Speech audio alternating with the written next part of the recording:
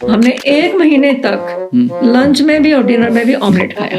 Omelette हमने इतना खाया कि उसके बाद 30 साल तक मैंने ऑमलेट नहीं खाया। चुप करके हमने किसी को बताई ना ऐसे। जब सैलरी तुम्हारी 700-800 रुपये होती है तो 120 रुपये का टेलीग्राम, बोले ठीक है बनवा लेंगे इंटरनेशनल ड्राइविंग लाइसेंस, 100 रुपये में बनता था। और बाकी जो हिंदुस्तानी स्टाफ हर साल इंडिया जाते थे तो we were allowed to bring 100 kilo grocery अपना ला सकते थे। अच्छा, हाँ जी। सारे लोगों को नहीं पता है क्योंकि नई टर्म है। तो क्या होते हैं supply teacher? It's very important to become a supply teacher before you be a teacher. 3 level का भी इंसान कर सकता था। और देख के मैं सोची हे भगवान मैं कर क्या रही हूँ। नाइजीरिया इंटरनेशनल हाउस में मेरा बेटा बीमार हो गया, मैं तो घबरा गई, इतनी जोर से बुखार हो रहा है, सांस ऐसे उखड़ रहा है। मैंने कहा हम क्या नौकरी करने आए हैं, मैं तो बच्चा खत्म होने वाला है। उस टाइम बेसिक लाइफ के स्ट्रगल ज्यादा थे वर्सेस करियर के स्ट्रगल। हाँ, अगर आपके पास पैसा भी नहीं है और आपने वहाँ पे स्ट्रगल करना है, फिर तो या तो आप वापस आ जाओगे ट्रेन पकड़कर या फिर आप रेलवे स्टेशन पर सोओगे। वो रिटायर होते नहीं, उनको कर दिया जाता है। इंडिया में जो 58 पे रिटायर होते हैं ना, they don't want to get retired. अगर मैं भी इंडिया में होती तो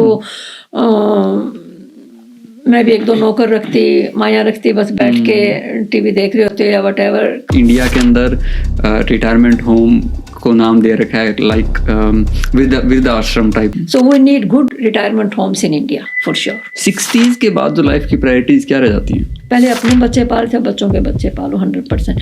मतलब अपनी तरफ अपनी शक्ल को तो देखना ही भूल जाते हैं कि इतना स्ट्रेसफुल ले लेते हैं कि सुसाइड के केस बहुत बढ़ रहे हैं। हाँ, कि जी एजेंट ने वीजा कराया सी, इलीगल वीजा। लेकिन जो 17-18 साल का बच्चा जिसने कुछ भी नहीं किया उसको तुम भेज देते हो, अब वो वापस जाता है वो नहीं जाना चाहता। नहीं जाएगा। क्यों नहीं जाएगा? कि माँ बाप ने 1 वे टिकट लेके ले जाए उसको।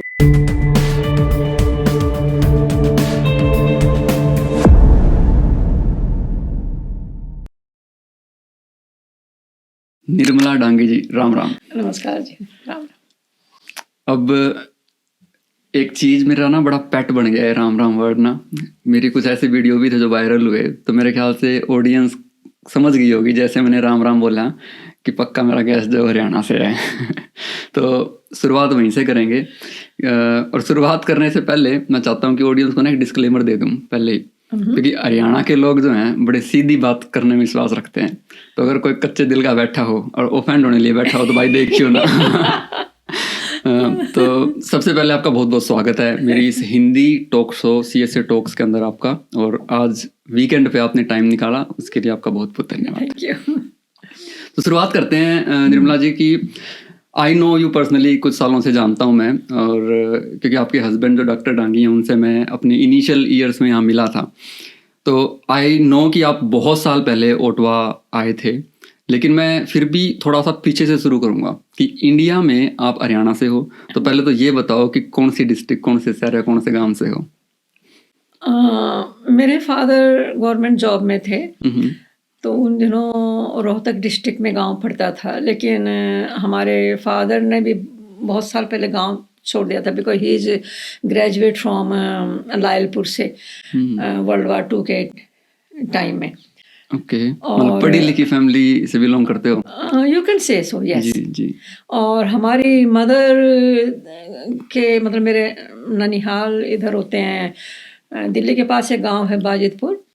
और मेरी मदर भी एजुकेटेड हैं और वो दिल्ली हॉस्टल में से टीचर ट्रेंड हैं वो during the World War II।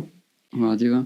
उन दिनों वहाँ गांव में सड़कें भी नहीं होती थी। मतलब मुझे याद है कि बवाना से खरखोदे वाली सड़क पर दरियापुर उतरो, फिर एक गांव में जाओ, फिर उससे अगला गांव, खेतों जाया करते। सो उस वक्त मेरे नाना आर्य समाजी हैं, बहुत थे मतलब। ठीक। और ही बिलीव्ड इन एजुकेशन। और कहीं हमारी मम्मी ने अल्फ़ाबेट्स नंबर वगैरह सीख लेते। कोई गांव में साधु वगैरह होते ना, उन्होंने सिखा दिए थे रेत पर।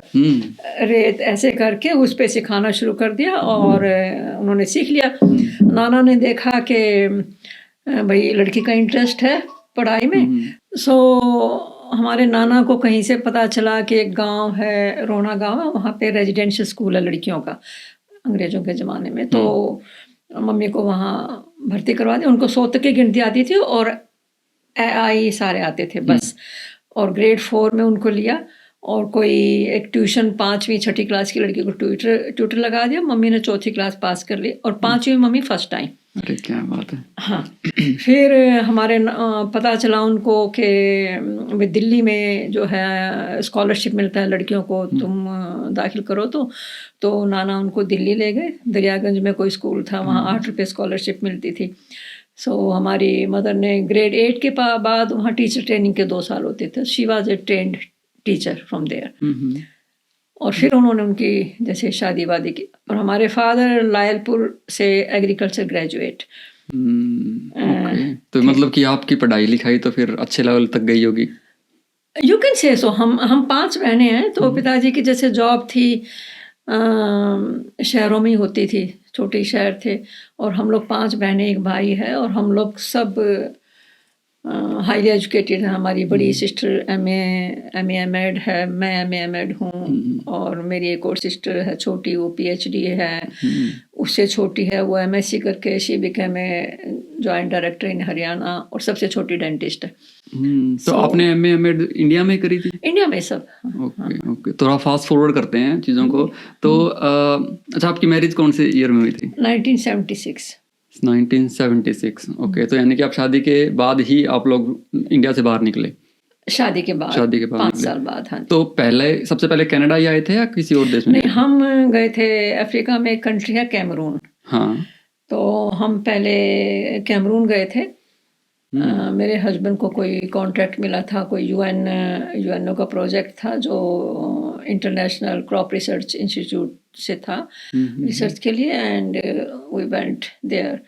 इनिशियली 2 साल का था कॉन्ट्रैक्ट। तो भी ये था कि 2 साल करेंगे और उसमें अपने फाइनेंस वगैरह ठीक हो जाते हैं। फिर इतना तो यूनिवर्सिटी पे करती है कि तुम कंफर्टेबली रह सको। तो कौन सी ईयर में गए थे आप? जनवरी 1982 में। 82। हाँ जी। तो तकरीबन 40 से भी ज़्यादा साल हो गए। 44 हो चुके। अरे वाह। तो आप ये फिर वहीं रुके? कितने साल रुके आप? हम वहाँ 9 साल रहे। 2 साल के लिए गए थे और 9 साल में कन्वर्ट हो गया? वो था 2 साल, फिर रिन्यू होता है एवरी 2 ईयर, जैसे प्रोजेक्ट चलता जाता है ना। सो करते करते तो HAU की तरफ से हरियाणा? नहीं, ये हरियाणा HAU की तरफ से कुछ नहीं था। ये अप्लाई किया होगा वो IITA, वहाँ इंस्टीट्यूट है, international institute of tropical agricultures. और मेरे हस्बैंड बीइंग प्लांट ब्रीडर हैं, सोरगम ज्वार बाजरा में, सोरगम वगैरह में। तो इसी क्रॉप पर ही काम किया था उन्होंने। तो स्टार्टिंग से उनका यही क्रॉप रही? उनकी स्टार्टिंग से यही क्रॉप रही। उन्होंने अभी भी काफी कर रहे हैं, उसी क्रॉप में ही कर रहे हैं। That's nice. He is very passionate about नहीं, सही है। तो जब आप साउथ अफ्रीका गए थे, कैमरून गए थे। माय बैड या। सो उस वक्त आप हिसार थे उससे पहले? हाँ, हिसार थे हम लोग। ओके, तो हिसार से आप पहुंचे कैमरून, 9 साल वहाँ रहे। और उसके बाद कहाँ गए? उसके बाद फिर कनाडा आ गए। अच्छा, तो कैमरून से आप सीधे यहाँ आ गए थे? हाँ जी। ओके, तो किस टाइप के वीजाज होते थे उस वक्त कनाडा के? हम इसे इमिग्रेशन पे ही आए थे। अच्छा, मतलब वो जो PR बोल देते हैं? हाँ, PR बोलते हैं, उसे वही लिया था। हाँ। तो वो आपको वहीं से मिल गया था? कैमरून से वापस इंडिया नहीं जाना पड़ा उसके लिए? वहीं से अप्लाई किया था। कैमरून से ना, क्योंकि अब तो वहाँ जैसे कैमरून, नाइजीरिया के यहाँ पर बहुत लोग हैं, बहुत। लेकिन उन दिनों उनका ये हर एक कंट्री का कोटा होता है। तो उन दिनों कनाडा, USA का कोटा खाली रहता था। जो अप्लाई करता था उसको मिल ही जाता था। अब तो बहुत डिफरेंट हो गई हैं चीज़ें। बिल्कुल। Being a francophone country, so okay.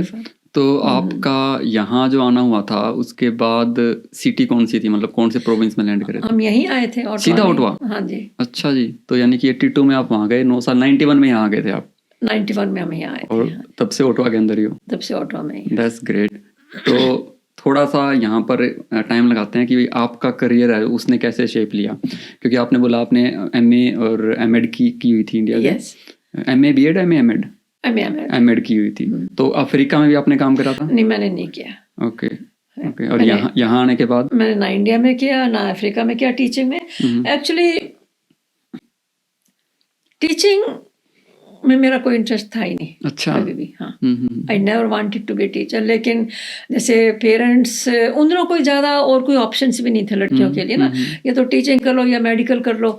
और आजकल तो पता नहीं क्या क्या चीज़ें आ गई हैं। सो हमारे फादर को लगता था जो कि भी लड़कियों के लिए टीचिंग बड़ा सेफ सा प्रोफेशन है कि बच्चों के साथ आओ, बच्चों के साथ जाओ, छुट्टियां बहुत होती हैं। So that was it, so he was into it that only, कोई और ऑप्शंस होते नहीं थे।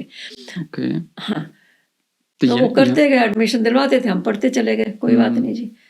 तो डिफिकल्ट फील किया कभी कुछ? क्योंकि जितना मैं समझ पा रहा हूँ ना, कि मैंने जितने लोगों से, पुराने लोगों से भी बहुत बातें करी हैं, तो पढ़ाई को लेके बड़ा कंजर्वेटिव सी थॉट रहा करती इंडिया के अंदर, खासकर गर्ल्स को लेके। तो ऐसे माहौल के अंदर मतलब अगर आप ऐसे नहीं फील करते थे कि भाई भीड़ के अंदर इक्का दुक्का, तो अनकंफर्ट फील नहीं होता था? नो, क्योंकि बीइंग मेरी फैमिली एजुकेटेड थी, मेरे मदर मेरे फादर दोनों ही एजुकेटेड थे, और बीइंग हम कई सिस्टर थी, तो मेरे फादर ने लड़कियों के एजुकेशन पर कभी रोक टोक नहीं लगाई। He wanted them to be very educated, जिसमें भी हो। फिर घर में पूरा माहौल होगा, क्योंकि बाकी सिबलिंग्स भी अच्छे पढ़े, राइट? हाँ, सब। ओके। तो यहाँ जब आप आए थे, क्योंकि 91 के अंदर आप आए थे कनाडा में, तो आपने टीचिंग का करियर कौन से ईयर में स्टार्ट किया? हम 91 में आए। 92 में मेरे को गवर्नमेंट में जॉब मेरे को मिल गई थी रेवेन्यू कनाडा में। अच्छा अच्छा। इट वाज सीजनल जॉब, लेकिन जॉब थी, और मैं उसमें बहुत बोर हुई। मतलब इतना आसान वो काम था कि 10वीं लेवल का भी इंसान कर सकता था, और देख के मैं सोची, हे भगवान, मैं कर क्या रही हूँ? Like literally I am telling you, मैं कर क्या रही हूँ? ये कोई काम है? ये तो 8वीं का बच्चा भी कर सकता है। ऐसे एक ही चीज़ बारी बार ओवर एंड ओवर, वही चीज़ किए जा रहे हो। फिर किसी ने सजेस्ट किया कि अभी यहाँ टीचिंग में भी स्कोप है, तो तुम कर सकते हो। 94 में शायद मैंने टीचिंग का फिर पेपर्स का परस्यू करना शुरू किया। तो उस वक्त भी वो अब लाइसेंसिंग करनी पड़ती थी Ontario teachers? Okay, yes yes yes, same ही प्रोसेस था ऑलमोस्ट। अब थोड़ा अब डिफरेंट हो गई हैं चीज़ें, पहले से कुछ डिफरेंट हो गई हैं। पहले तो आपकी एमएड की हुई यहाँ पे काम आ गई थी? एमएड काम आई, और जैसे मेरी एमए थी, एमए और एमएड, तो एमए को उन्होंने कंसिडर किया एज बीए ऑनर्स के बराबर। Okay. So I was confuse कि भाई मैं तो एमए हूँ, कैसे? फिर एक हमारे पड़ोस में टीचर थी, उससे मैंने पूछा, और उसने मेरे सारे क्रेडेंशियल देखे। सब कहती हैं कि तुमने जितने कोर्स किए और हमने किए, वो भी टीचर थी, बोले तुम्हारे इतने कोर्सेज कम हैं, सो इसलिए तुम बीए ऑनर्स के बराबर बनता है ये। और मैंने जब देखे गिने, मैं कहा हाँ, दैट मेक सेंस। और बाकी बीएड एमएड तो यस, दे कंसीडर्ड। तो 94 में आपने लाइसेंसिंग प्रोसेस शुरू कर दी थी? हाँ। और तभी से फिर जॉब स्टार्ट करी? आई थिंक 95 वगैरह में फिर वो आए थे मेरे क्रेडेंशियल होके टोरंटो से, और एक छोटा सा कोर्स करना पड़ा था, एडिशनल बेसिक क्वालिफिकेशन का करना होता था। सो वो किया मैंने, and I got the licence.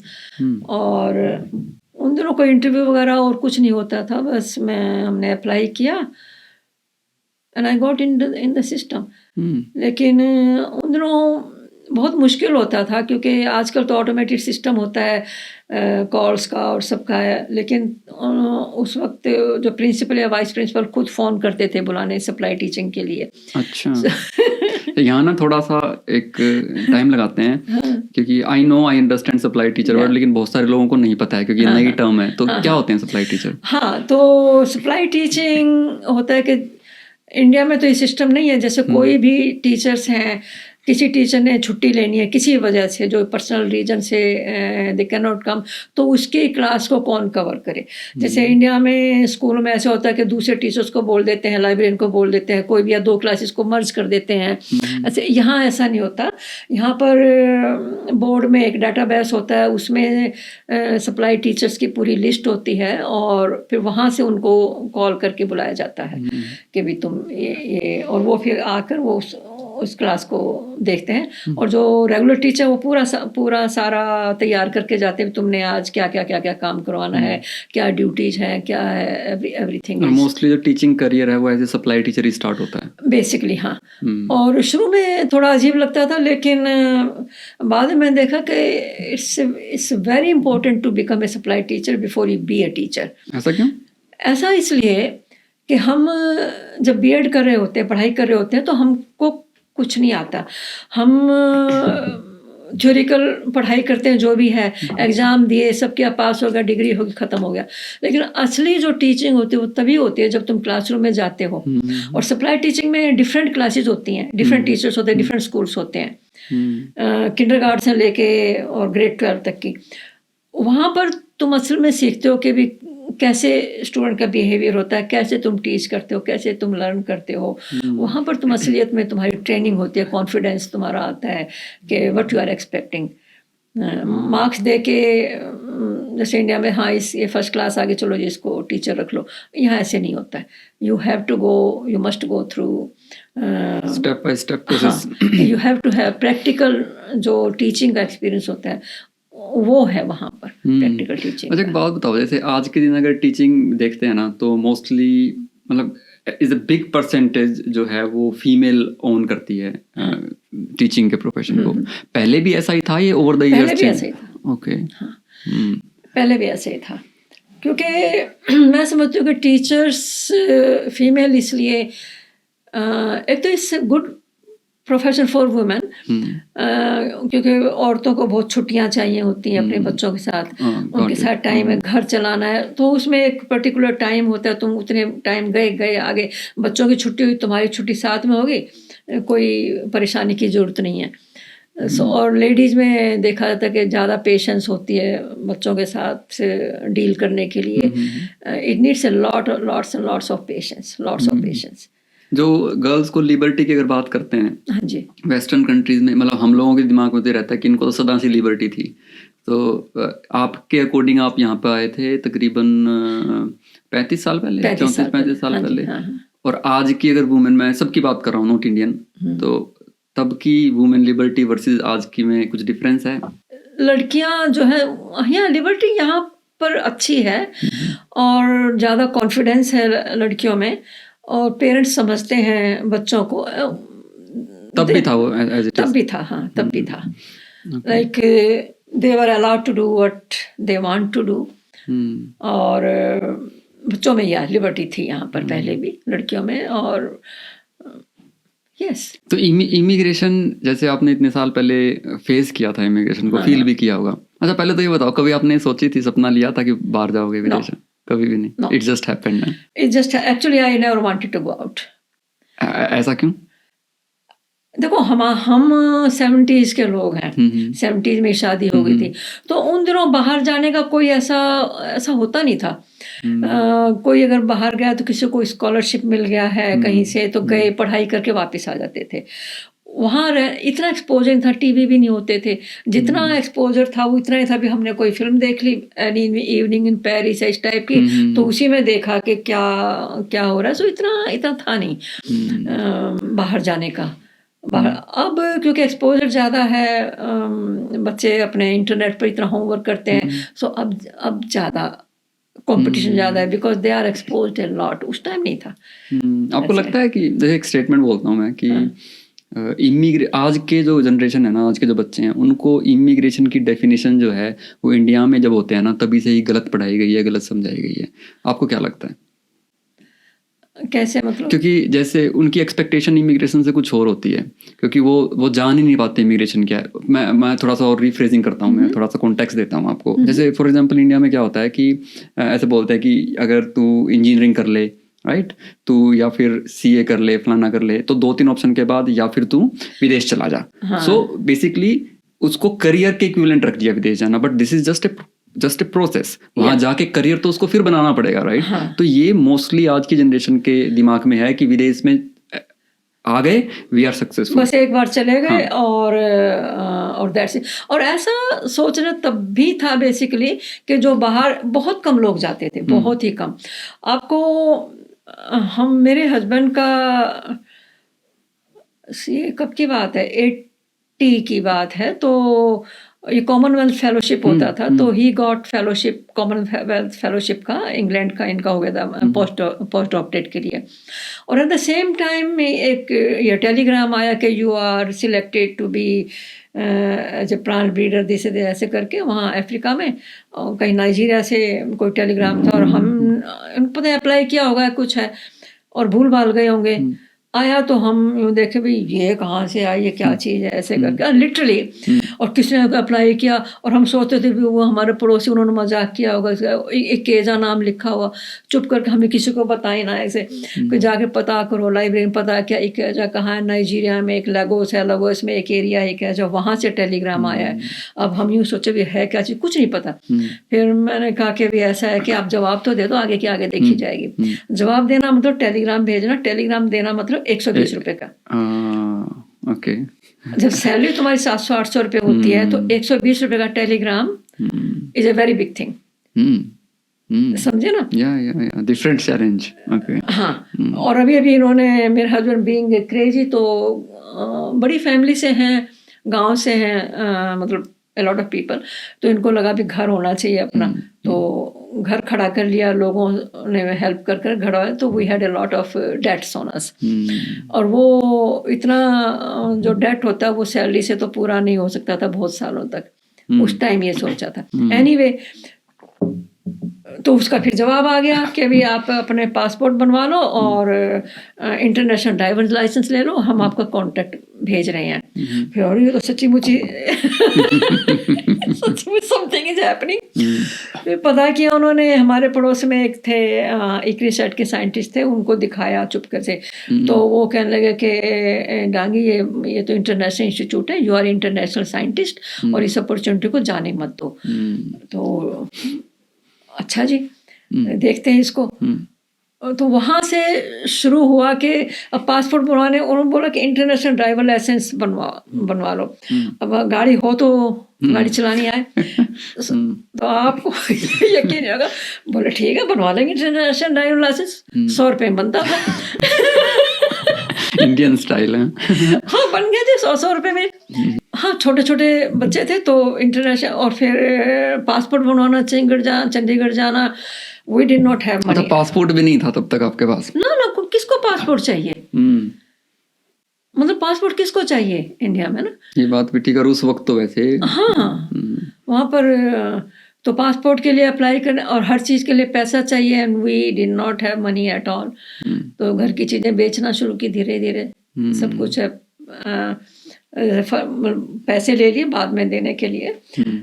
Passport बनवाए गए चंडीगढ़ से, कभी कहीं कुछ हो रहा है, कहीं कुछ हो रहा है, और हम किसी को बताएं ना कि अगर ये काम नहीं हुआ तो बड़ी मजाक हो जाएगा सब HAU में। चुपचाप ऐसे ऐसे हमारे काम हुए थे। या तो ये आपका पहले फर्स्ट इमिग्रेशन की बात कर रहे हो आप, जब कैमरून गए थे? कैमरून गए थे। Okay, that's nice. तो अभी आपको लगता है कि जो उस टाइम का इमिग्रेशन था और आज का जो इमिग्रेशन है, जो बच्चे यहाँ आ रहे हैं, वो सबसे बड़ी गलती क्या करते हैं? क्योंकि आप भी यंग जनरेशन से कनेक्टेड होंगे, आपके फैमिली मेंबर भी आते होंगे जो बच्चे हैं सेकंड थर्ड जनरेशन वाले, कैसे डिफरेंस फील करते हो? डिफरेंस, एक तो आजकल जो बच्चे they are very well informed. हम तो ऐसे उठ के चल पड़े थे, हमें ये नहीं पता था हम कहाँ जा रहे हैं। जैसे अंधेरे में आंख मीच के जा रहे हो, तुम्हें पता ही नहीं तुम कहाँ जा रहे हो, कुछ भी नहीं मालूम था। हमारे को ये था कि हम जहाँ जा रहे हैं वहाँ फ्रेंच लैंग्वेज हो गया। फ्रेंच क्या होती है, हमें फ्रेंच का F नहीं आता। ठीक है ना? अब जो बच्चे आते हैं they are so well informed कि वो ऑलरेडी होमवर्क करके आते हैं। उनको ऑटवा की गलियों का पता होता है, उनको टोरंटो की एक गली का पता होता है, what to expect, because internet का ज़माना है, तो सारा सब कुछ आजकल इतना आसान हो गया है कि they know what they are doing very well. हम लोग गए थे तो इट्स अ लॉन्ग स्टोरी, अगर टाइम हो तो लाइक वेरी चैलेंजिंग चीज़ों से हम गो थ्रू हुए थे। बताओ एक दो कोई जैसे आपको लगता है बड़ा चैलेंज। हम लोग पहले जैसे नाइजीरिया पहुंचे थे, नाइजीरिया इंटरनेशनल हाउस में मेरा बेटा बीमार हो गया। मैं तो घबरा गई, इतनी ज़ोर से बुखार हो रहा है, सांस ऐसे उखड़ रहा है। मैंने कहा हम क्या नौकरी करने आए हैं, मैं तो बच्चा ख़त्म होने वाला है।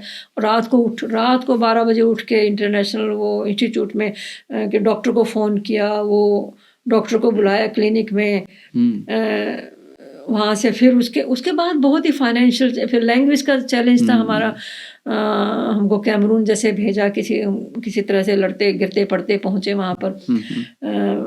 वेजिटेरियन थे, रेस्टोरेंट में, हम होटल में थे 1 महीना, और खाना तो वो फ्रेंच में मेनू रख देते थे, हमें तो कुछ पता ही नहीं रखा क्या ऐसे करके ब्लैक अक्षर दिखाई दे, कहीं पर दिखाई दिया ऑमलेट, अरे ऑमलेट, तो हमने कहा भी चलो ये वाला ले आओ ऑमलेट। हमने 1 महीने तक लंच में भी और डिनर में भी ऑमलेट खाया, रोज ऑमलेट और कुछ पोटैटोज होते थे। ब्रेकफास्ट में ठीक है सीरियल्स वगैरह होते थे, हम उठा के खाते थे। अब यकीन नहीं मानोगे कि ऑमलेट हमने इतना खाया कि उसके बाद 30 साल तक मैंने ऑमलेट नहीं खाया, 30 या 32 साल तक। Can you believe it? कि दोनों वो वेटर्स भी सोचते कि भी ये लोग हैं रोज ऑमलेट खाए जा रहे हैं, दोपहर को भी शाम को भी। अब हम उनको समझे ना उनको एक अक्षर इंग्लिश का नहीं था, हम एक अक्षर फ्रेंच का नहीं आता था, बिल्कुल भी नहीं। ओके, तो उस टाइम बेसिक लाइफ के स्ट्रगल ज्यादा थे वर्सेस करियर के स्ट्रगल। हाँ, करियर तो हो गया ना, they were not expecting us to be an कि भी तुम एक ही दिन से काम शुरू करो, they were very very cooperative that way. लेकिन जो ये हमारे जो हो रहा था हमारे साथ कि हमें लैंग्वेज का पता ही नहीं, कुछ भी नहीं है, हम कहाँ, हमारा वो छोटा शहर था, एक छोटा सा हॉस्पिटल था, तो 2-4 थोड़े से डॉक्टर होते थे, डॉक्टर है तो दवाई नहीं है, एक ही फार्मेसी होती थी, अगर 3 दवाई लिख दे तो 2 मिलेंगी या 1 मिलेगी। Like you can not afford to be sick over there, 100%। You can not, phone नहीं था, टेलीफोन नहीं होता था, घर दे दिया उन्होंने, गाड़ियां दे दी। सबसे हंसी की बात ये, जब हम पहुंचे हम लोगों को लेके एडमिनिस्ट्रेटर, तो उसने हमारी गाड़ी भी पहुंचा दी, इतनी बड़ी सारी शेवरले की, और चाबी दे दी कि लो doctor Dangi, this is your car and you drive. अब मैं उनको देखूं, वो मेरे को देखें, चाबी तो आ गई, इंटरनेशनल ड्राइविंग लाइसेंस भी है, चलानी तो नहीं आती। तो फिर वहीं सीखी फिर गाड़ी चलानी? हाँ जी, रातों रात हमने फिर ड्राइवर हायर किया, फ्रेंच में बोलता था तो उसने उसी से फिर ड्राइविंग सीखी। एक्चुअली मैंने आई टॉट माई सेल्फ, तो उसने मेरे को थोड़ा ये गियर चेंज करना, कैसे स्टार्ट करना, ऐसे सिखा दिया। अब गाड़ी है तो मैंने फिर अपने आप धीरे धीरे करके अपने एरिया में गाड़ी चलाना सीखा, उसी एरिया में, फिर दूसरे मोहल्ले में, ऐसे ऐसे करके I taught myself how to drive the car. और लैंग्वेज का तो ये है कि हमको फ्रांस भेजा गया था 2 महीना, तो वहाँ से तो हम 4-5 सेंटेंस सीख के आए थे 2 महीने में। अच्छा। बेसिक, क्योंकि वो सिस्टम है, तो they were teaching French in French, 100% French, 100% French, तो वो सारी ऊपर से जाती थी। यूँ बैठ के देख रहे हो क्या है, तुम अपने आप समझ के करो, तो it was very difficult to learn French that way. तुम ऐसे बोले जा रहे हो, इशारे किए जा रहे हो, कुछ भी कहा तो ऊपर से जा रहा है वो वर्ड, ना बोलना आता है ना कुछ करना आता है। तो आपकी इतनी कन्वर्सेशन से ना एक बात बिल्कुल क्लियर समझ में आ रही है मुझे कि आज से 30-35 साल पुराना जो इमिग्रेशन था ना, उसमें बेसिक लाइफ की स्ट्रगल ज़्यादा थी, जैसे कि खाने का, रहने का, गाड़ी का, इन सब चीज़ों में प्रॉब्लम ज़्यादा थी, वर्सेस करियर लोगों के फिर भी स्टेबल थे। और आज के दिन जो बच्चे आ रहे हैं उनके बेसिक लाइफ शॉर्ट आउट है, क्योंकि वो ऑलरेडी जानते हैं, सोशल मीडिया से कनेक्टेड हैं, फ्रेंड्स हैं, लेकिन करियर जो है वो आज के बच्चों का स्ट्रगल के अंदर है। आई डोंट नो, करियर स्ट्रगल में है। अगर आपकी एजुकेशन जो है मैच करती है यहाँ से, ठीक है ना, तब तो काम बनेगा। अगर आपकी एजुकेशन कुछ और है जिसकी यहाँ डिमांड नहीं है, तो फिर तो स्ट्रगल है ही। ये है ना कि तुम क्या करके आए हो, तुम पहले होमवर्क नहीं करते कि वहाँ कौन से एरिया में जॉब्स हैं और किस टाइप की जॉब्स हैं। तो जैसे आप कैमरून जब गए थे, क्योंकि आपका वो सबसे पहला इमिग्रेशन था, राइट? तो आई अंडरस्टैंड कि स्ट्रगल ज़्यादा जरूर रहे होंगे। और फिर आपका 9 साल बाद दोबारा एक इमिग्रेशन हुआ कनाडा आने का, राइट? तो ये दोनों इमिग्रेशन कैसे डिफरेंट थे या कैसे अलग थे? क्योंकि मैं क्यों पूछ रहा हूँ ये सवाल, इसका अगले सवाल के अंदर आपको समझ में भी आएगा। तो उसके जैसे 9 साल जैसे हम कैमरून में रहे, ही वाज इंटरनेशनल साइंटिस्ट, और हम फ्रेंच और कुछ एक हमारे शहर में किसी को इंग्लिश नहीं आती थी उस वक्त। बट आप दोनों इंग्लिश में गुड थे उस वक्त भी? गुड तो नहीं कहेंगे, लेकिन इंग्लिश वाज द मीडियम के हम कम्युनिकेट कर सकते हैं इंग्लिश में ना, क्योंकि पढ़ाई इंग्लिश में की हुई थी। जी। 4-5 साल मैंने की थी। डांगी साहब की इनकी भी सारी इंग्लिश में ही पढ़ाई थी। So this was the second language after mother language कि यू कैन कम्युनिकेट इंग्लिश।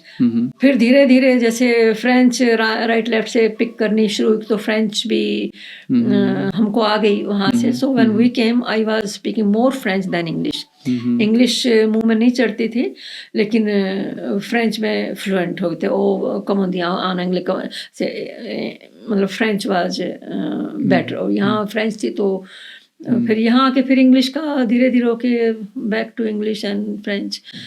तो कनाडा के आपके आने के बाद फ्यू स्ट्रगल कौन से थे कि यहाँ आपको कनाडा में क्या मुश्किल महसूस हुई? सभी हम ऐसे उठ के चले आए थे इमिग्रेशन लेके बगैर किसी होमवर्क के कि वहाँ जाके करेंगे क्या ऐसे कर। अच्छा ओके। तो कोई पता नहीं किया गया था कि भी करना क्या है या कुछ भी है। Luckily we were good in finance. पैसा वैसा ठीक ठाक था हमारे पास उस टाइम। सो उससे हम सरवाइव किए। अदरवाइज वेदर कैसा था वहाँ पर? वेदर कहाँ का? अफ्रीका बहुत बढ़िया था।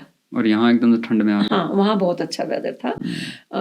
It's a beautiful country. Africa में everything was very nice. What motivated you guys कि वहाँ से कनाडा आना है? क्योंकि क्योंकि उस वक्त बहुत कंट्रीज का क्रेज था। यूके मुझे नहीं था कभी भी and I never was thinking. There was another scientist हमारे इनके प्रोजेक्ट में थे, एक श्रीलंकन थे। So he applied for Canada क्योंकि उनकी वाइफ के शायद पेरेंट्स यहाँ होते थे।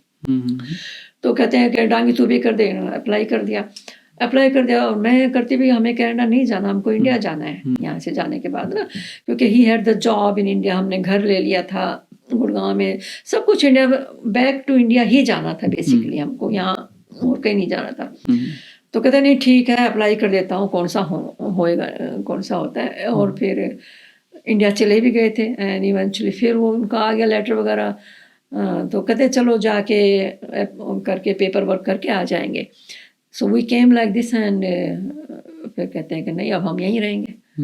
हम तो सिर्फ सूटकेस लेके आए थे 2-4।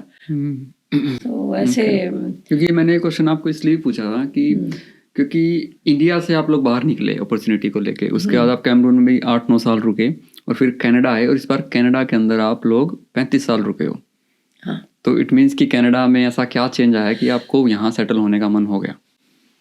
देखो ऐसा है कि कहीं भी तुम जाते हो ना, जैसे मान लो आप हिसार से हो, ठीक है, आपको हिसार का सब कुछ पता है। आपको उठा के मद्रास में कोई भेज देता है, ओके, चेन्नई में या कलकत्ते में छोड़ दे, बस नो वन नोज, कलकत्ते में जाओ और आप अपना वहां पे बसो। Would that be easy? Obviously not, है ना। बॉम्बे छोड़ दिया, आपको बॉम्बे उठा के उतार दिया, अब तुम यहाँ पे बसो, ठीक है, जबकि तुम्हारी लैंग्वेज है वहाँ, अपना कंट्री है, सब कुछ है, अपने भाषा है, अपना खाना है पीना, तो भी आपको बॉम्बे में दिक्कत होगी। बसने के लिए, बॉम्बे में सेटल होने के लिए आपको खुद को टाइम देना पड़ेगा। हार्ड वर्क तो है, आप टकरे मारोगे इससे उससे, कहीं से कर बातें करो, मुझे जॉब चाहिए, मुझे ये वो कर करके तुम्हें टकरे मारनी पड़ेंगी और आपको सेट होते हुए बसते हुए कई साल लग जाएंगे लाइफ के। और अगर आप वो कई साल दे सकते हो, आपके पास इतना पैसा है, तो ठीक है, you have time to struggle. अगर आपके पास पैसा भी नहीं है और आपने वहां पे स्ट्रगल करना है, फिर तो या तो आप वापस आ जाओगे ट्रेन पकड़कर, या फिर आप रेलवे स्टेशन पर सोओगे, है कि नहीं। तो हमारे पास, हम फिर अपने आप को टाइम देने के लिए हमारे पास पैसा था और हम टाइम देते रहे अपने आप को भी, ऐसे नहीं वैसे, या दैट्स हाउ। कहीं भी जाओ स्ट्रगल तो एकदम से आप छोड़ के जाओगे। हमारे फादर जैसे गवर्नमेंट एम्प्लॉय थे तो उनके ट्रांसफर्स होते रहते थे, उसमें भी दिक्कत होती थी, एक शहर से दूसरे शहर जा रहे हैं जबकि उनकी जॉब है, हमारे पास सारा सामान है।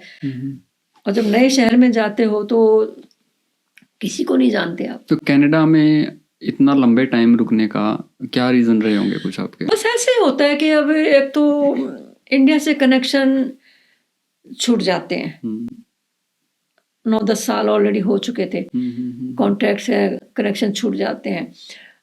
और तुम फिर यह है कि फिर तुम धीरे धीरे यहाँ ये सोच के कि थोड़ा टाइम तो लगेगा, अपने आप को देना पड़ेगा।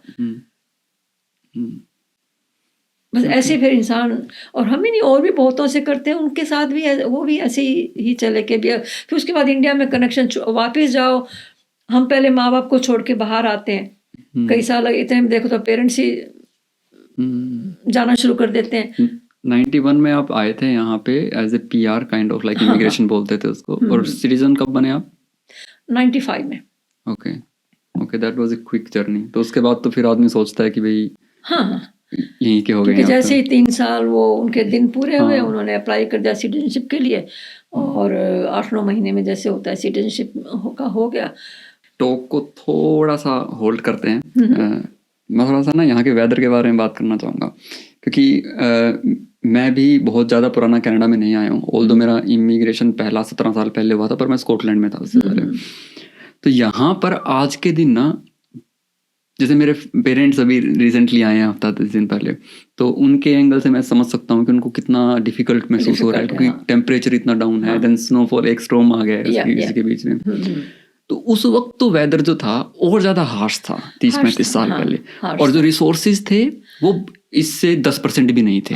तो ठंड को मैनेज करने के लिए कैसे होता था? जैसे आज के दिन तो सेंट्रलाइज हीटिंग है, सब कुछ है, उस वक्त क्या थी? हीटिंग तो थी। कैसे प्रोड्यूस करते थे हीट को? हमने, जैसे हम शुरू में आए तो हमने एक अपार्टमेंट रेंट पे किया था। बड़ा ही एक्साइटमेंट थी, मैं कभी अपार्टमेंट में रही नहीं थी, फ्लैट में, तो हमेशा घरों में, बड़े बड़े घरों में, कोठियों में रहे थे, तो बड़ा ही हम भी बिल्डिंग में रहे। लेकिन जब बिल्डिंग में रहे 3 बच्चों के साथ, तो बड़ी प्रॉब्लम आई। ग्रोसरी लेकर आनी, हमारे पास ड्राइवर लाइसेंस नहीं था, गाड़ी नहीं थी, तो बसों में जाकर लेके आते थे। पहले बस में लाओ, वहाँ से उतरो, उधर से लेकर और 7वीं मंजिल पर लेके जाओ। It was so difficult grocery को लेकर। तो 2 महीने के अंदर अंदर हमने कहा नहीं, ये नहीं चलेगा। तो हमने घर देखना शुरू किया, and we bought the house. लेकिन again we did not have driver's licence. तो पहले ये था कुछ भी करने से पहले ड्राइवर लाइसेंस लिया जाए। तो we focused on the driver license and the car. ये तो मतलब नहीं, सब नहीं कर सकते ऐसे, क्योंकि everyone doesn't come with money. Okay, हमारे पास, क्योंकि वहाँ ठीक ठाक हमारे पास था कि हम सरवाइव कर सकते हैं कुछ साल। सो तो आज के टाइम पे ऐसे स्ट्रगल जो नहीं है, जो उस टाइम पे थे लाइफस्टाइल के, वो कौन से स्ट्रगल थे? लाइफस्टाइल के स्ट्रगल तो होते हैं। नए कंट्री में आते हो, तुम किसी को जानते नहीं हो, लैंग्वेज बैरियर भी होता है, और तुम्हें यही नहीं, हाँ, उन दोनों इंडियन ऑटो में इंडियन बहुत कम होते थे, रेयर, और बहुत ही कम होते थे। इंडियन ग्रोसरी मिल जाती थी? ग्रोसरी, इंडियन ग्रोसरी के 2-4 स्टोर थे, जैसे वैशाली है, 2-4 स्टोर थे, तो मिल जाती थी ग्रोसरी वगैरह। ओके, वो इतने पुराने हैं यहाँ पे? हाँ, वैशाली हमसे ही पुराने, और 2-3 स्टोर और थे। एक और सरदार का था, एक शायद डाउनटाउन में था, एक ईस्टर्न में, 3-4 स्टोर थे इंडियन ग्रोसरी के, लेकिन बहुत कम चीज़ें मिलती थी। और वेजिटेबल्स में ये है कि जो प्रोड्यूस डिपो वगैरह हैं, इनमें तो लोकल वेजिटेबल्स, और हमें अफ्रीका में आदत पड़ गई थी लोकल प्रोड्यूस जो भी मिल रहा है उसी से काम चलाने की। और बाकी जो हिंदुस्तानी स्टफ, हर साल इंडिया जाते थे तो we were allowed to bring 100 kilo grocery अपना ला सकते थे। अच्छा, हाँ जी, वहाँ पर। और every 3rd year you can bring 300 kilogram of year. तो अपना काफ़ी सामान आता है उसमें, दाल चावल ये वो सब कुछ आ जाता था, मसाले वगैरह। तो उसमें एरोप्लेन में जो वेट था बैग का, नहीं, वो हम कार्गो से भेजते थे। अच्छा, उसका एक्स्ट्रा पे करना? हाँ, they were taking care of us. Everything was taken care of. Okay, that's interesting. Road transportation, public transportation कैसा था उस वक्त यहाँ पर? हाँ, ऑटो में पब्लिक ट्रांसपोर्ट ऐसा ही था जैसा अब है। जो बसेस हैं वो सब चलते हैं? हाँ, बसेस वही सेम बस नंबर्स हैं, वही बसेस हैं। 43 सेंट्स की बस की टिकट आती थी उस टाइम पर, अब ज़्यादा हो गई है। अब तो शायद $3-3.5 के आसपास। हाँ, कुछ ऐसा होगा। नहीं, बसेज ऐसी थी सेम, इसमें कोई फ़र्क नहीं है, सेम ओसी ट्रांसपो है। तो ओटावा के सिटी के लिए ना एक चीज़ मशहूर है कि यहाँ 2 तरह के लोग ही आते थे, या तो जो गवर्नमेंट जॉब करते हैं, हाँ, और या फिर जो कनाडा IT पार्क है, तो IT वाले लोग यहाँ आते थे। That was the problem. हम इसलिए, मेरे हस्बैंड इसलिए आए क्योंकि यहाँ एग्रीकल्चर कनाडा का डिपार्टमेंट है and he was in agriculture. तो उन्होंने ये सोचा होगा भी एग्रीकल्चर कनाडा है तो I am the person of agriculture, so to pursue his work that's why he chose Ottawa. Okay okay, great great. अभी मुझे आपकी एज का भी थोड़ा आइडिया होना स्टार्ट हो गया कि आप, क्योंकि आपने बताया कि आपने कब पढ़ाई वगैरह की, तो you are between 70-75 year of age. मैं I will be 73 soon. Okay June. Okay. और आप अभी भी काम कर रहे हो? हाँ, मैं कभी काम कर रही हूँ। What motivates you? एक्चुअली क्योंकि इंडिया में तो 58-60 में रिटायर, वो रिटायर होते नहीं, उनको कर दिया जाता है। इंडिया में जो 58 पे रिटायर होते हैं ना, they don't want to get retired. India में वो रिटायर नहीं होना चाहते क्योंकि 58-60 is a very young age. आजकल तो खासकर बहुत यंग एज है। आप किसी से पूछ लो, अगर उसको बोलो कि अगर आपकी जॉब यही चलती रहे तो दे विल से कि yes we would like to work more at least up to 65। लेकिन उधर का सिस्टम ये है कि आप 58 के हो तो आपको घर बैठना ही पड़ेगा। यहाँ पर ऐसा नहीं है। और मैंने तो काम भी बहुत देर से स्टार्ट किया। बच्चे बड़े हो गए थे।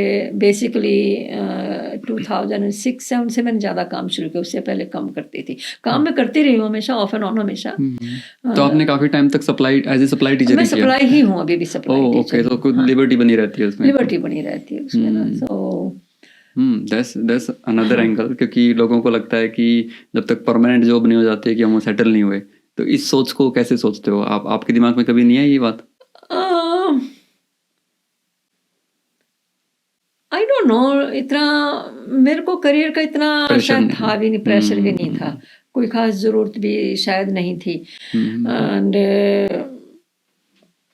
आजकल बच्चे परमानेंट होता तो अच्छी बात थी। और क्योंकि मेरी एजुकेशन टीचिंग में है, लेकिन मेरा टीचिंग करने का इंटरेस्ट बिल्कुल भी नहीं है। फिर इतना लंबा करियर कैसे निकाल रही हूँ क्योंकि और I like it, I love it. मुझे इतना अच्छा लगता है कि रोज काम पर उठकर काम जाना, जाते हैं जैसे हम स्कूल में पहुंचते हैं वहाँ पे ऐसे इतने हैप्पी बच्चे मिलते हैं, टीचर्स हैं, सब भागे भागे, एवरीवन इज सो हैप्पी। एक एटमॉस्फेयर चेंज हो जाता है। तुम्हारा जो भी तुम्हारी दिमाग की टेंशन है, जो भी तुम सोच रहे हो बच्चों के बारे में, इसके बारे में, उसके बारे में, वो सब खत्म, तुम सोच ही नहीं सकते। मतलब इतना अच्छा एटमॉस्फेयर होता है स्कूल में जाते हैं कि तुम और किसी के बारे में तुम्हें भूल जाते हो सारी 6-7 घंटे के लिए एकदम से। ओके। हाँ, आपको लगता है कि 60 साल की एज के बाद इंडिया और कनाडा, इन दोनों की लाइफ में डिफरेंस है? अगर है तो कहाँ बेटर है? इसके बारे में क्या विचार आपका? क्योंकि आपने अपने रिलेटिव जरूर देखे होंगे। Different in what terms? हाँ, बेटर या वर्ष तो जो रहता है उसी को पता, लेकिन आई वुड से कि इस डिफरेंट। अगर मैं भी इंडिया में होती तो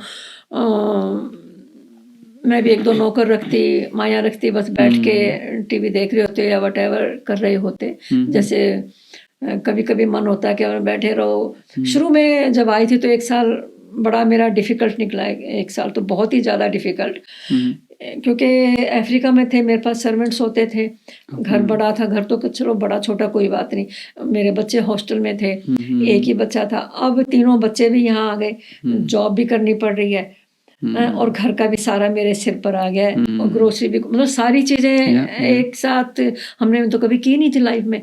मायके में भी डॉक्टर डांगे तो ब्रीडर थे तो उनकी ट्रैवलिंग भी बहुत रहती होगी उनका। हाँ, वो उन्होंने अपना काम वाम शुरू किया, so he was engage in his own work. So सारा सब कुछ तो हम लेडीज पर आ जाता है ना। और हमें किसी ने, मेरे हस्बैंड के प्रोफेसर ने कहा भी था, बोले कि डांगी तू वहाँ जा तो रहा है, तुम्हारी लाइफ तो वही रहेगी जो अभी काम करना है, लेकिन सारा इफेक्ट जो है वो वुमेन की लाइफ पर पड़ता है बाहर जाने पर, because he new everything about outside की लाइफ के बारे में।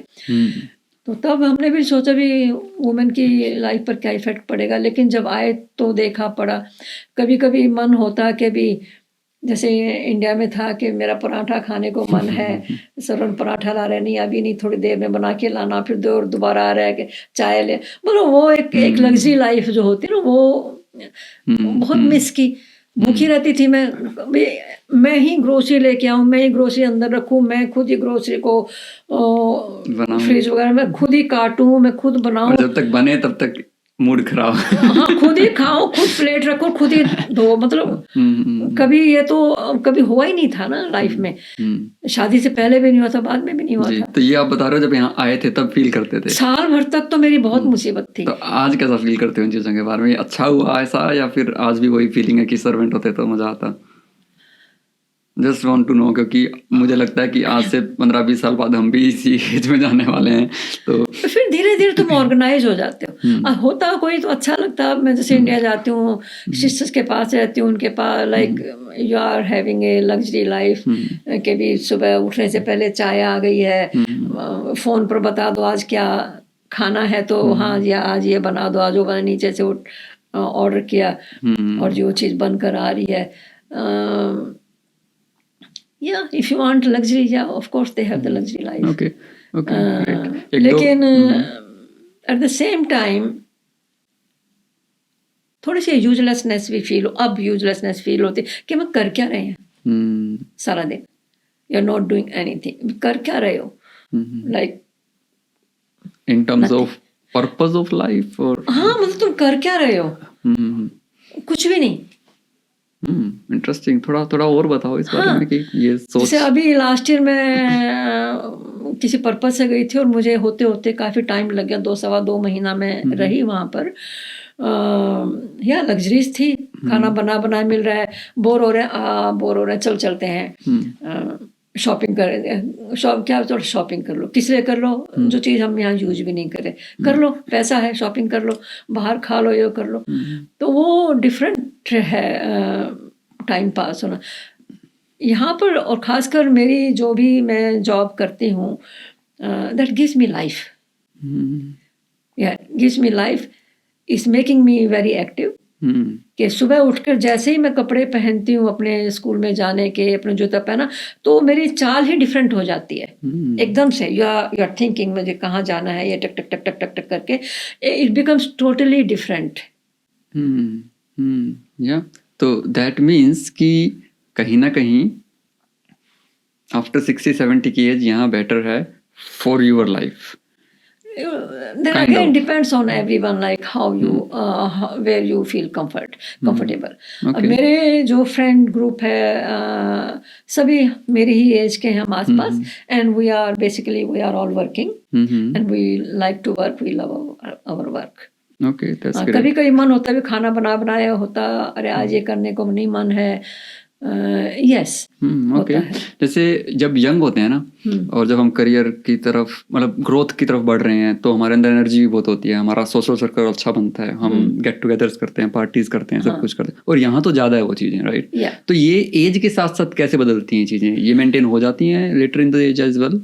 होती है मेंटेन। उतनी बड़ी पार्टियां अब हम नहीं करते जितनी पहले करते थे, लेकिन अपनी डिफरेंट टाइप का गेट टुगेदर होती है। चलो हम इकट्ठे 1 महीने में कोई किटी ग्रुप बना लिया, वहाँ पर लेडीज हैं, बैठे हैं, अपना टाइम अच्छा पास किया, आगे साथ में रेस्टोरेंट वगैरह चले गए। हाँ, मेंटेन करते हैं लोग, कुछ ना कुछ तो सोशलाइजेशन चाहिए। अब घर में बैठकर तो तुम दीवारें हर वक्त देखोगे तो उसमें तुम पागल हो जाओगे। या क्योंकि इंडिया में अगर मोहल्ला स्ट्रक्चर्स की बात करें, इवन सेक्टर्स के अंदर भी ऐसा है कि जो एज्ड पॉपुलेशन है वो बेसिकली पार्क के अंदर गैदर होती है। भाई लेडीज हैं जो 8-10 बैठ गई हो गई, या तो उन्होंने कुछ धार्मिक कुछ छेड़ लिया, भजन कीर्तन टाइप की कुछ चीज़ें, मंडली बना ली अपनी एक, और जेंट्स में देखा है कि कभी ताश या हुक्का पार्टी कर ली उन्होंने, ऐसा कुछ बना लिया। वहाँ फिर भी ऑप्शन है, यहाँ जो है वो ऑप्शन लिमिट हो जाते हैं। इसीलिए मैं जानना चाह रहा था कि कैसे हम सोशल, क्योंकि प्रोफेशनली तो आप बोल रहे हो कि यू कैन वर्क 75 तक भी, 80 तक भी करते हैं लोग यहाँ पे काम, तो साथ में सोशल लाइफ है वो गेट टुगेदर से ही मैनेज हो पाती है। यहाँ भी होती है, यहाँ जैसे सीनियर्स के कुछ क्लब्स हैं, इंडियन का भी सीनियर सिटीजन्स के क्लब्स हैं जिसमें लोग जाते हैं। कुछ लोग अपने आपस में ग्रुप्स बना लेते हैं भी, चलो जो रिटायर हो चुके हैं कि भी अपना कोई कार्ड्स है, वीक में एक बार कार्ड्स खेल लिया, कुछ होता रहता है, करते रहते हैं। Okay great. यहाँ पर ना एक क्वेश्चन और लूँगा, then will go back to our talk. जैसे क्योंकि हम लेटर ऑफ लाइफ के अंदर जो लेटर एज है उसकी बात कर रहे हैं, तो रिटायरमेंट होम्स यहाँ काफ़ी होते हैं, अच्छे होते हैं, लग्जरियस भी होते हैं, सब कुछ होता है। तो थोड़ा उनके बारे में बताओगे, आपने थोड़ा बहुत अगर रिसर्च की हो उनके ऊपर, तो कैसे वो चीज़ें डिफरेंट लगती है एज ए इंडियन, क्योंकि इंडिया के अंदर रिटायरमेंट होम को नाम दे रखा है लाइक विद आश्रम टाइप, यू नो। देखो मैं समझती हूँ कि retirement home is a very good thing if you can afford. ये रिटायरमेंट होम ऐसे तो नहीं है ना कि तुम जाओ और वहाँ पर चले जाओ। तुम्हें फैसिलिटी वहाँ पर 24 आवर डॉक्टर्स होते हैं, नर्सेज होती हैं, तुम्हारे हेल्पर्स होते हैं। मैं आपको बताती हूँ my father worked until the age of maybe 83-84 तक तो काम किया होगा उन्होंने। नाइस। आप यकीन नहीं मानोगे, हम कुरुक्षेत्र थे, मेरे फादर की जो लास्ट से 2 उनकी पोस्टिंग थी और उन्होंने उस वक्त लॉ ज्वाइन किया। Okay, evening college Kurukshetra university में इवनिंग कॉलेज भी होता है लॉ का। ज्वाइन किया उन्होंने जॉब करते करते। So at the age of 56 I think he completed his law graduation. उन्होंने सोच लिया था कि मैं रिटायर होऊंगा तो मुझे प्रैक्टिस करनी है, ठीक है। तो उसके बाद रोहतक आए, फिर रिटायर हुए। सो उन्होंने घर भी सोनीपत में ऐसी जगह बनाया जो कि कोर्ट के एकदम नज़दीक था, वहाँ घर बनाया and he started his practice. जितना भी करते थोड़ा बहुत ही है कि उनको अपने रूटीन उन्होंने रखा था कि सुबह नहा धो के तैयार होके 10 बजे करीब जाना है, कोर्ट जाना है, जो भी केस आए उन पे काम करना है। शाम को 3-4 बजे आते, चाय वाय पीते, थोड़ा नैप लेते, फिर एक चक्कर लगाते बाजार का, क्योंकि अब सर्वेंट्स तो थे नहीं। सब्जी वब्जी है कुछ लेके आना है, आए रात को न्यूज़ सुनी, खाना खाया, सो गए अगले दिन। Like he kept his routine like that. Weekend पर गांव जाते थे, ज़मीनें संभालते थे अपनी। एंड कभी कभी मेरी मम्मी बोलती थी मेरे को, क्या है तेरे पिताजी अभी इस उम्र में भी वहाँ जा रहे हैं, यंग बच्चों को चांस देना चाहिए, किस लिए धक्के खा रहे हो। मैं कहा मम्मी वो उनकी हेल्थ सही रहेगी अगर वो जाते रहेंगे, वो उनमें बैठते हैं, पॉलिटिक्स डिस्कस करेंगे, लोगों को देखते हैं, घर में क्या करेंगे, आपको बोलेंगे पंखा चल रहा है, ये खिलाइए, यहाँ पर क्यों है, ये वहाँ पर, मगर जीना हराम हो जाएगा उनका भी और आपका भी। And he worked until I think ही 83 और 84 तक, जब तक वो then he had some heat stroke or something, he could not work anymore, then he stayed. Long story short, मेरे फादर का क्योंकि वो हो गया था हीट स्ट्रोक से, उनकी बैलेंस खराब होने लगा था, तो बाथरूम में गए तो उनका बैलेंस बिगड़ गया एंड ही फेल। ओके, गिर गए, उनके सिर में चोट लगी, इंटरनल ब्लीडिंग उनकी होगी, किसी ने ध्यान नहीं दिया, कुछ नहीं है। ओके, 2 दिन के बाद फिर उनको जैसे बाथरूम जाना है, हमारी भाभी और भतीजी उनको ले गई, लेकिन he lost his control again and he fail, और उनकी ये जो है थाई की जो है बोन ये टूट गई। ठीक है, because he did not have any help, any proper professional help, he fail. उसके बाद जब वो हॉस्पिटल गए तो he never came back. Okay, that's so sad. मतलब और ऐसा ही सबके साथ, जब ओल्ड पीपल हैं, तुम अकेले हो या बच्चों के साथ भी हो, मान लो आपके पेरेंट्स रहेंगे, आप लोग कितना उनको हेल्प कर पाएंगे। You need professional help at a certain point. जब तक वो चल रहे हैं तब तक तो ठीक है, ठीक है, और गिरना नहीं चाहिए। वो तो अब आप भी नहीं उनको उठा पाओगे, मान लो गिर रहे हैं तो आप प्रोफेशनल नहीं, आपको नहीं पता कैसे संभालना पड़ेगा, उनको हेल्प चाहिए होती है। तो इन टर्म्स ऑफ दिस आपको रिटायरमेंट होम जो है they are a good options here, right? और कुछ लोग होते हैं कि पेरेंट्स हैं और बच्चे हैं ही नहीं उनके पास, वो लोग कहाँ जाएं, या जिनके बच्चे हैं ही नहीं, so we need good retirement homes in India for sure. कि उनके पास है, घर इतना बड़ा है, पैसा है, सब कुछ है, लेकिन फैसिलिटीज नहीं है, अकेले रहते हैं। Okay, that's nice. ये सब सुन के आपकी स्टोरीज सुन के, फादर वाली सुन के, बहुत सारे क्वेश्चंस और जनरेट हो रहे हैं मेरे दिमाग के अंदर। लाइफ की एज के अंदर ना प्रायोरिटीज चेंज होती है, थॉट प्रोसेस चेंज होता है हमारा। 20 से 40 साल में ना आदमी की सारी एनर्जी करियर ग्रोथ पे लगती है, राइट? कोई बिजनेस करना चाहता है या करियर के अंदर और आगे बढ़ना चाहता है। 60s के बाद जो लाइफ की प्रायोरिटीज क्या रह जाती हैं? तुम रिलैक्स होते हो, क्योंकि तब तक तुम्हारे बच्चे बड़े हो चुके होते हैं, जिसने जो करना है वो कर लिया, ठीक है ना। और 60s पर तुम्हारी हेल्थ भी ठीक होती है, अच्छी होती है, you are not that old, you are not that young, financially तुम सेटअप अच्छे से हो, यू आर फाइनेंशियली इंडिपेंडेंट उस टाइम पर। अब तुम क्या प्रायोरिटी सेट करोगे वो तुम पर डिपेंड करता है। हमारे कल्चर में ये है कि अब तुम 60 पे हो तो अपने बच्चों के बच्चे पालो, करेक्ट 100% उनके पेरेंट बन जाओ। I don't agree with that, I don't. लेकिन हम जब जाके देखते हैं हिंदुस्तान में, that's what they are doing. पहले अपने बच्चे पालते थे, बच्चों के बच्चे पालो 100%। मतलब अपनी तरफ अपनी शक्ल को तो देखना ही भूल जाते हैं कि भी तुम अभी भी अच्छा कपड़ा पहन सकते हो तुम अभी भी कहीं घूमना फिरना कर सकते हो, क्यों नहीं? You can do it. या तो it's the kind of a second life. Second life है तो अपने अपने को देखो ना। अब पहले तो हम बच्चों के साथ हैं, तुम्हें टाइम ही नहीं अपनी तरफ देखने के लिए। अब तुम्हारे पास है तो लाइक वर्क ऑन योरसेल्फ। अच्छा, स्ट्रेस की डेफिनेशन भी चेंज हो जाती है आफ्टर 60-65? हाँ, स्ट्रेस की डेफिनेशन चेंज होती है। क्या क्या स्ट्रेस होता है उस वक्त? आई थिंक तुम बच्चों के बारे में और बच्चों के बच्चों, मतलब पता नहीं कितनी जनरेशन्स के बारे में तुम सोचते रहते हो, जो कि हम यहाँ हमेशा बैठे रहेंगे क्या? जब हम नहीं रहेंगे तब भी तो ये बच्चे किसी तरह से कुछ करेंगे ना। ये है। ओके, क्योंकि मोस्टली जो यंग टाइम का स्ट्रेस है वो होता है कि अपनी लाइबिलिटीज को कवर करने का, देन बच्चे कुछ कर जाएं, उनका करियर बनाने का, और 60-65 तक ये सब काम निपट जाते हैं, निपट जाना चाहिए। लेकिन हम लोग थोड़े फिर भी बच्चों के पीछे भागते हैं, लगे रहते हैं। उससे बच्चों के करियर पे कुछ इम्पैक्ट पड़ता है उस सोच का? क्या बच्चे तुम्हारे ऊपर इतने डिपेंडेंट हो जाते हैं ना कि they expect too much from the parents कि हमारा तुम ही कर दो, हमारे बच्चे भी तुम पालो, हमको घर भी तुम बना के दो, हमको ये भी तुम करके दो, तुम ही करके दो। हाँ, इंडियन में तो वो भी सोचा 2 बच्चे हैं तो एटलीस्ट 2 घर तो बना जाऊं, एक दोनों का हो जाएगा। Okay, that's great. ओके, ये एक अलग टॉक है वो थोड़ी। मतलब बहुत से पेरेंट्स ये नहीं सोचते कि अरे भाई ये भी तो कुछ करेंगे ना, जिसको हम इतनी एजुकेशन दे रहे हैं, ये भी तो कुछ करेंगे अपनी लाइफ में। जब हमने किया तो वो भी कर ही लेंगे ना कुछ, क्यों नहीं करेंगे? और कर ही लेते हैं। एग्जैक्टली। अच्छा, इतना टाइम आपने बाहर निकाला, 40 साल। हाँ जी। कहीं लगता है आपने बैक में कहीं कोई ऐसी गलती की है या जिसको आप सुधारना चाहो पीछे जाके, कोई 1 या 2 ऐसे कोई पॉइंट आए हो लाइफ के अंदर? होती हैं गलतियां, जैसे मैं इस प्रोस्पेक्टिव से पूछ रहा हूँ ताकि शायद कोई इस चीज से सीख पाए कि ये गलती हम ना करें आज।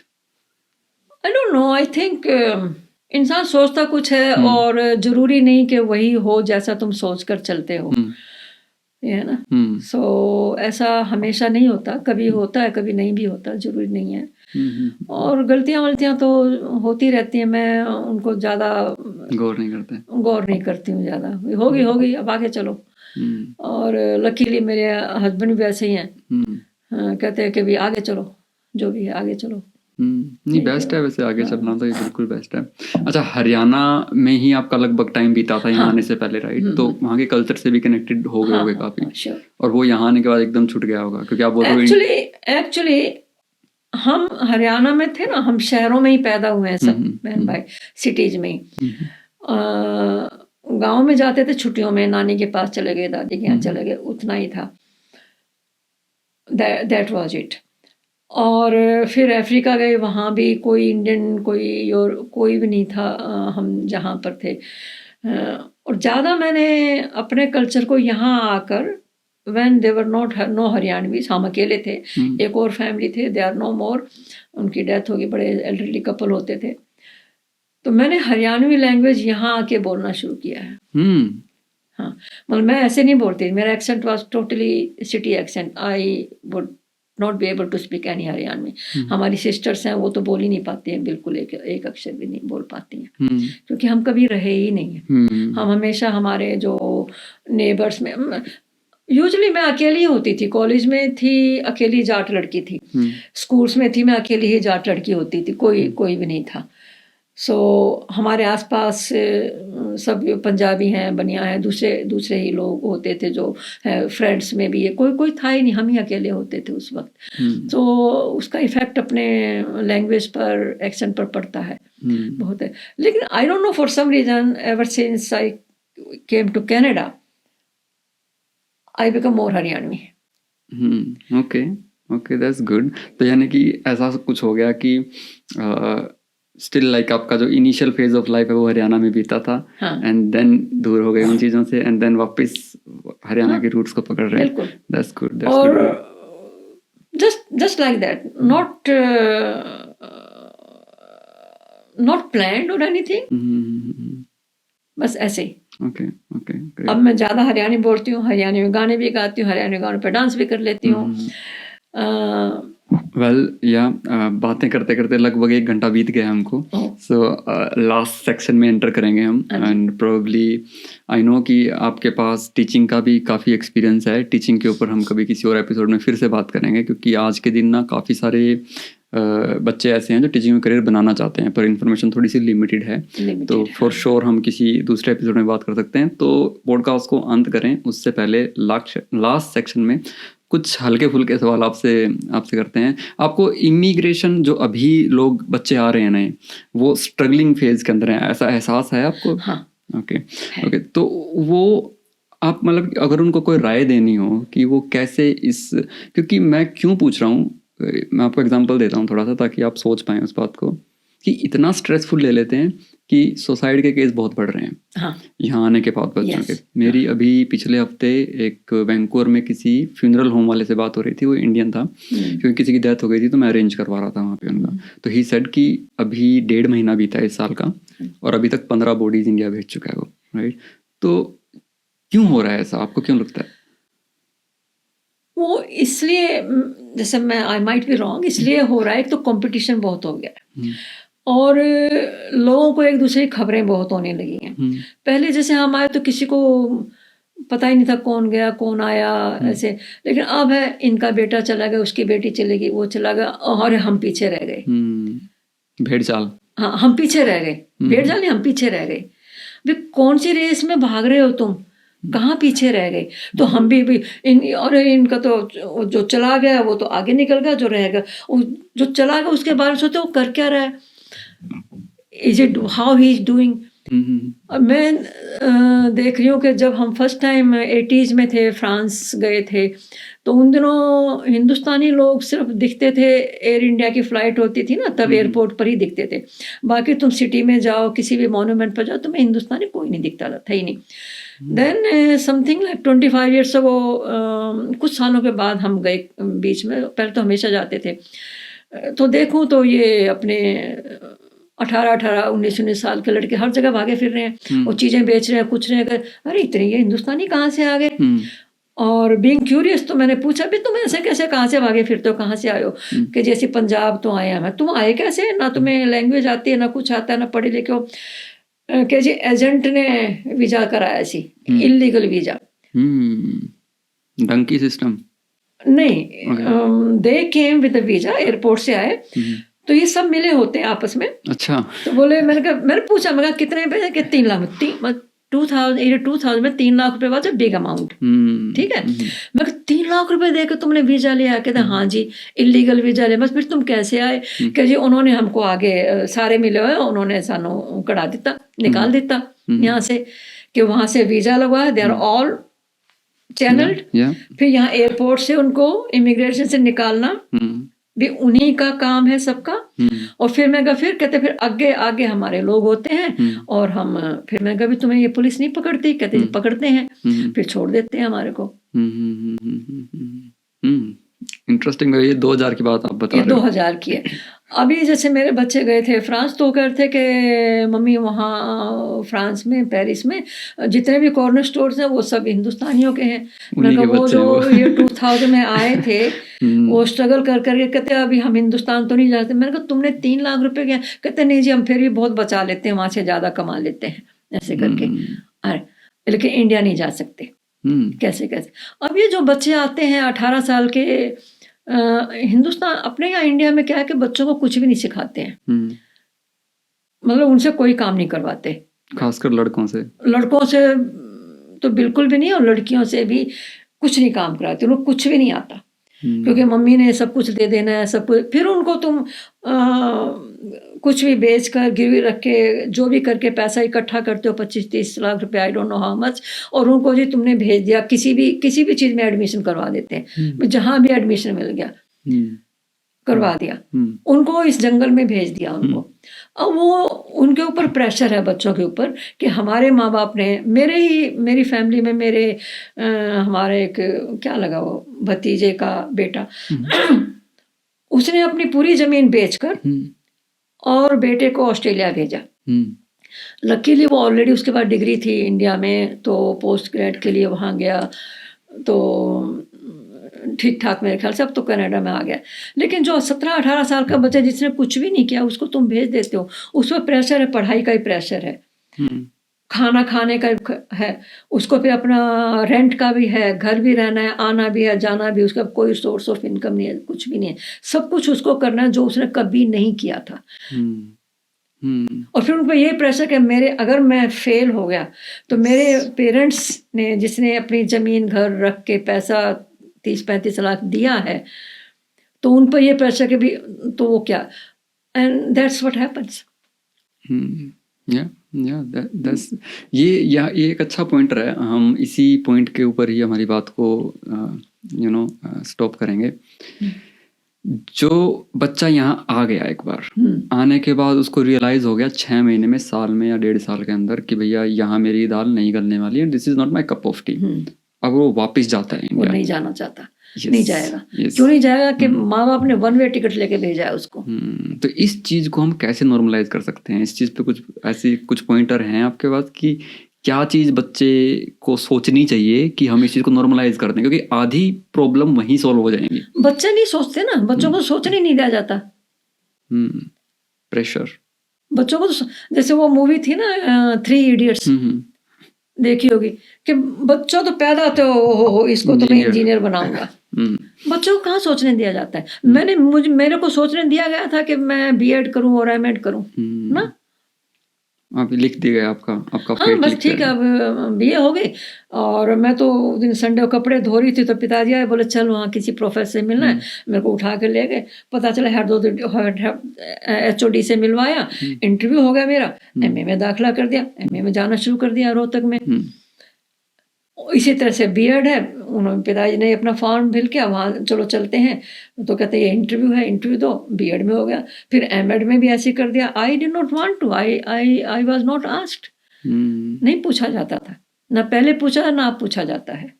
क्योंकि वापस अगर जाने का रास्ता खुला नहीं है तो बच्चा क्या करेगा? बच्चा या तो कुछ गलत काम में यहाँ पड़ जाएगा, या फिर उस स्ट्रेस इतना हो जाएगा कि वो अपनी लाइफ एंड करने की कोशिश करेगा। होता है।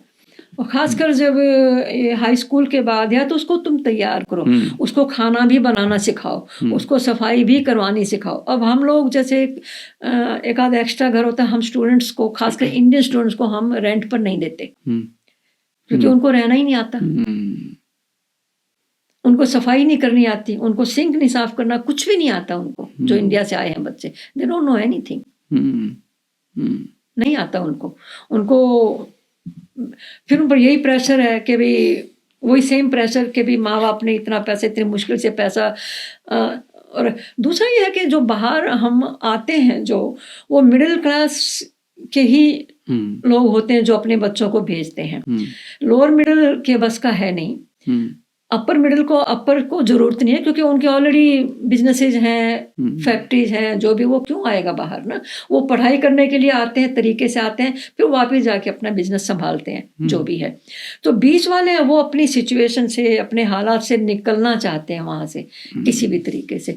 कुछ लोग निकल जाते हैं, कुछ नहीं निकल पाते। जो नहीं निकल पाते उनके साथ वही होता है जो आप कह रहे हो कि इतना उनको पता ही नहीं होता कि हम करें क्या करें।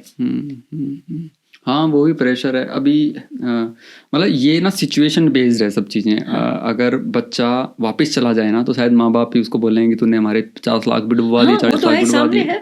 अभी रिसेंटली एक हुआ था कि वो भी करेगा, पड़ोस वाले बोलेंगे हाँ गया था। तो अभी पीछे जब यूएस ने धक्के भेजने शुरू किए ना बच्चे, तो उसमें एक लड़के का इंटरव्यू था, वो मैं देख रहा था।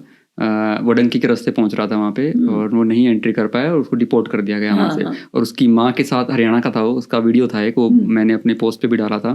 तो उसकी माँ ये बोल रही थी कि थैंक गॉड 25-30 लाख गए पर मेरा बच्चा जिंदा वापस आ गया। तो उस मोमेंट पे तो उनको रियलाइजेशन है कि कोई नहीं 25-30 लाख गए, लेकिन अपनी खुशी से अगर बच्चा वापस आ जाता तो माँ बाप ही खुद उस पर इतना प्रेशर कर देते कि तूने खुद की जिंदगी तो खराब करी, हमारा जमीन रखी गई। जैसे मेरे जो है हमारे वो है जेठ का बेटा, उसने जमीन बेची, पूरी जमीन बेच दी उसने। अगर वो नहीं करके आता तो जमीन तो उसकी तो बिकी चुकी है, दोबारा थोड़ा ना खरीद सकते हो एग्जैक्टली है ना। वेल एंड गुड, काफी लंबा टाइम निकलता जा रहा है और अब एंड में जाके टॉक और इंटरेस्टिंग होती जा रही है, बट आई थिंक हमें अपनी टॉक को यहीं थोड़ा विराम देना पड़ेगा। तो आज का पॉडकास्ट यही था, आपको कैसा लगा? अच्छा लगा क्योंकि बहुत एक्सपीरियंस होते हैं, बहुत कुछ हम गो थ्रू हैं जिसके कि जो कि इतने छोटे पीरियड में नहीं कवर हो पाता है। एक छोटे शहर से निकल के हमारे क्या क्या एक्सपीरियंस हुए थे अफ्रीका में, कैसे हम लोगों ने उतने साल निकाले, 2000 डिफरेंट एक्सपीरियंसेस। राइट। तो जाने से पहले अगर आज की यंग जनरेशन जो ऑलरेडी कनाडा में है उनको अगर कोई क्रिस्पी सा मैसेज देना हो तो क्या मैसेज होगा? That is your camera. क्या मैसेज दूं उन लोगों को? आपका एक्सपीरियंस है जो भी आप लाइक अब अगर डिसाइड कर ही लिया है तो like you should be right to do whatever it takes. कि तुम्हें आए हो तो तुम एक माइंड सेट में नहीं होना कि हमको यही काम करना है या इसी लाइन में ही रहना है, हम तो इधर उधर कुछ करेंगे ही नहीं। ठीक है कि जो भी है काम काम होता है। काम होता है, चाहे तुम्हें प्लम्बिंग का करना हो चाहे कुछ भी हो, लेकिन काम को काम समझो, उसकी काम की इज्जत करो। और काम यहाँ पर ये सबसे बड़ी बात है कि यहाँ कोई भी काम होता है इस वेरी रिस्पेक्ट, चाहे घर की सफाई करना है, चाहे किसी के यहाँ बर्तन साफ करना, चाहे किसी के यहाँ खाना बनाकर। हमने बहुतों देखा, बड़े बिजनेस किए हैं जिन्होंने रोटियां बना के बेची हैं। जी। तो आप काम की इज्जत करोगे तभी कल को काम आपकी इज्जत करेगा। Well, very good message, thank you so much. इन्हीं सब बात के साथ हम आज अपने पॉडकास्ट को यहीं अंत करेंगे, लेकिन आपसे फिर से एक बार जरूर बैठेंगे किसी नए एपिसोड में। कुछ और टॉक्स को जरूर निकालेंगे। आज आपने हमें टाइम दिया, उसके लिए आपका बहुत बहुत धन्यवाद। Thank you ji. So guys, ये था एक और इंटरेस्टिंग पॉडकास्ट। ये पॉडकास्ट मेरे लिए इम्पोर्टेंट था कपल ऑफ रीजन की वजह से, क्योंकि बहुत लंबा टाइम निकल गया था कि जिसमें मैं पुराने लोगों को जो यहाँ 40-45 साल पहले आए हैं उनके साथ बात करने का जो टाइम मुझे बहुत टाइम बाद मिला था। मैंने एक पॉडकास्ट पहले किया था निर्मला चोपड़ा जी के साथ, वो 1962 में आए थे। वो पॉडकास्ट में भी बहुत सारी लर्निंग थी। आज जो मैंने निर्मला डांगी जी के साथ पॉडकास्ट किया, इसमें भी बहुत सारी लर्निंग है। आई नो कि बहुत बेसिक जो लाइफ की स्ट्रगल्स होती हैं वो कैंडिड टॉक में छुपी होती है, और अगर आप पॉडकास्ट के इस लेवल तक पहुंच गए हो तो इट मीन्स आपको टॉक अच्छी लगी। अगर टॉक अच्छी लगी तो इस पॉडकास्ट को अपने फैमिली और फ्रेंड्स के साथ शेयर जरूर कीजिएगा। मेरी इसी बातों के साथ इस पॉडकास्ट को मैं यहीं अंत करता हूँ। अगले हफ्ते फिर मिलेंगे एक नए गेस्ट के साथ, एक नई प्यारी सी इन्फॉर्मेशन के साथ। तब तक के लिए आपका दिन शुभ हो, आपकी सेहत अच्छी रहे और आप निरंतर प्रगति करते रहें। जय राम जी की।